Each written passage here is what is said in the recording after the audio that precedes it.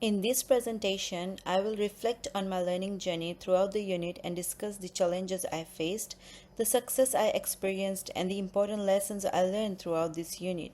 I will also discuss how my understanding of leadership changed and identify areas for future professional growth. Moving on to the next slide. This is the overview of my presentation, which I will be talking about. Moving on to the introduction of this PowerPoint. At the beginning of this unit, I believed leadership was mainly about management and authority. However, throughout the semester, my understanding changed significantly as weekly Moodle reflections helped me connect theory with practice and think more deeply about leadership, advocacy, ethics, and quality improvement. According to Vainaganaike, leadership in early childhood education is relational and shared across teams. This helped me understand that all educators can demonstrate leadership through everyday actions. Now, moving on to the challenges that I faced. One challenge I faced was learning how to critically reflect instead of only describing my experiences. I also found it difficult balancing placement, study, and weekly reflective tasks, which was another challenge. So, understanding the tension between quality requirements and meaningful interactions with children. And according to Hankin, quality reforms can sometimes focus heavily on compliance and measurable outcomes during placement, which I noticed that educators were trying to balance the documentation requirements while also supporting the children's learning and well-being.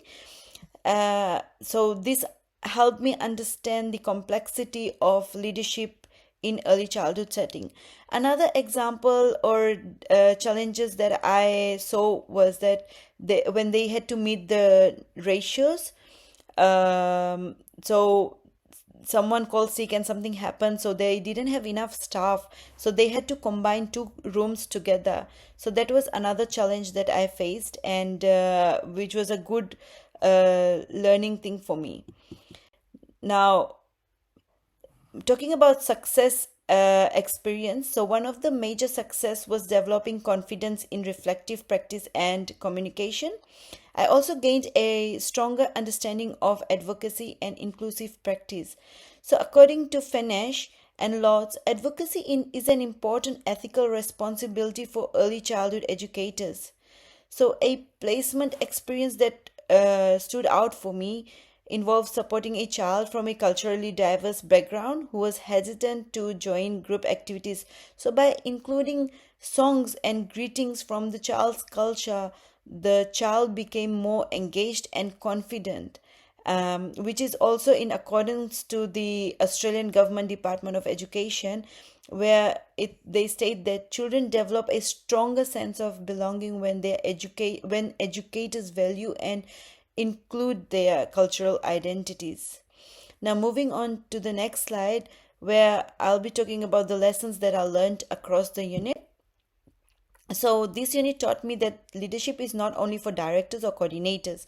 So, according to Asiqua, strong leadership and reflective practice support continuous quality improvement. I also learned that advocacy, collaboration, and inclusion are important parts of professional leadership, and it is also in accordance to the Early Childhood Australia that educators have an ethical responsibility to respect diversity and promote children's well-being. So I now understand that inclusive and collaborative practices create more positive outcomes for not only children but the family and communities surrounding us. Moving on to the next slide, my understanding before learning about the unit. So before this unit, I viewed leadership mainly as authority, management. I believed that leadership was mostly the responsibility of directors, coordinators, and I had very limited understanding of reflective practice, advocacy, and shared leadership. So looking now, I realize that leadership was very narrow. I thought it as a very narrow thing. Moving on to the next slide, my understanding after learning about this unit. After completing this unit, I now understand leadership as collaborative, ethical, and relationship based. So, according to Douglas, quality leadership in early childhood education depends on collaboration and shared responsibility. This unit helped transform my understanding of leadership from a position of authority into a collaborative and reflective practice.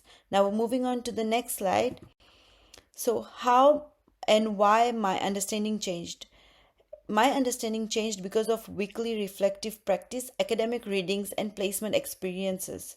According to Thorpe et al., quality improvement in early childhood education requires reflective practice and collaborative leadership. So, learning about the National Quality Framework also helped me understand how leadership influences services, quality, and children's outcomes. This experience helped me become more reflective, open minded, and confident in my professional identity. Moving on to the next slide, future professional growth. So, in the future, I would like to continue building confidence in leadership and decision making. I also want to improve my mentoring and teamwork skills, which is, according to Nolan and Mola, mentoring and professional learning support educator growth and well being. I also want to continue strengthening my understanding of policies, advocacy, and culturally responsive practice. Finally, I will continue engaging in reflective practice to support ongoing professional growth. To con- in conclusion, this unit significantly changed my understanding of leadership in early childhood education. I learned that leadership is more about teamwork, listening to others, getting together, and sharing ideas amongst teammates, families, communities, and creating an inclusion and ethical practice as a norm. The weekly reflections, readings, and placement experiences helped me become more confident in my developing leadership identity. So, as I continue on my professional journey, I will continue reflecting on my practice and developing leadership skills. Thank you for listening.